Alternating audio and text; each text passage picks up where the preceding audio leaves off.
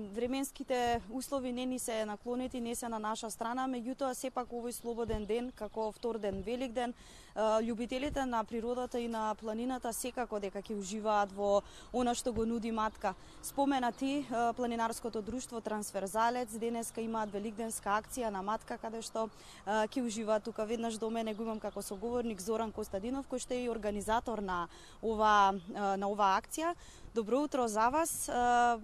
Времето не ни се погоди, меѓутоа сепак акцијата ќе се изреализира. Која е трасата и колкава километража ќе поминете пешачејки овдека на матка?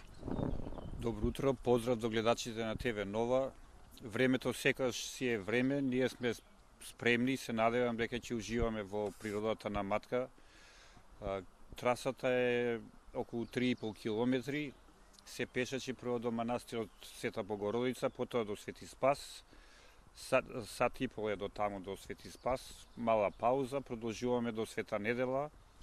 И тоа е отприлика 2 часа пешачење, 3,5 километри во еден правец, уште толку за враќање. Се надевам дека ќе не послужи времето, иако какво што е такво, но да се ужива во природа не е битно времето. Тоа блиско е до Скопје, лесна тура, така да секој може да ја помине, да ја издржи, да се врати дома, да се рехабилитира од овие големи празници.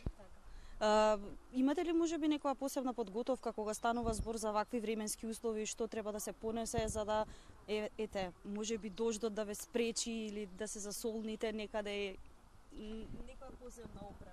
Па не, за тоа е и ваква турата, мислам, лесна, кратка. Во сите 3 манастири има видиковци, каде што може да се засолниме привремено ако случајно заврне дожд.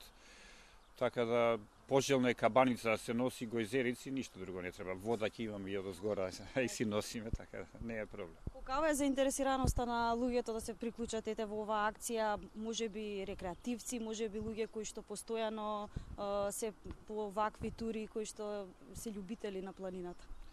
Па интересот постои, акцијата ќе се реализира во било какви временски услови, са бројот дали ќе бидат помал или поголем, зависи и од временските услови и од секој од своето расположение, мислам. Така да акцијата ќе се реализира и се надевам дека ќе има доволен број да биде, секој што ќе дојде ќе учествува во природата. Бидејќи сте од планинарско друштво Трансверзалец, кој е врвот најголем кој што сте го освоиле досега? Па јас сум се качил, најголем врв за мене е Килимаџаро, одавна беше тоа, така да. Иначе Трансверзалец следната недела организира 14-тиот меморијал Чичко Јосиф Илковски. Има 2 маршрути, едната маршрута е од Богомила преку Чепле, Солунска глава до Китка, а втората маршрута е само во недела на 18 и се оди од на 23, пардон, и се оди од Долно Количани до Китка и назад. Во последно време некако почесто почна да се практикува планинарењето.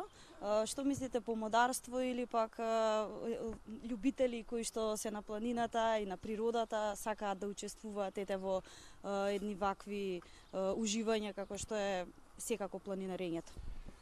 Па видете, начин на живот е тоа. Ако некој се определи активно да го живее животот, знаем овие стресни времиња, мислам, веќе толку трудот не е манифактура, нема, мислам, нели имаме роботи, она, човекот повеќе е во седечка позиција и му треба некоја активност да ги размрда мускулите и тоа е веќе начин на живот, се практикува во цел свет, па и кај нас.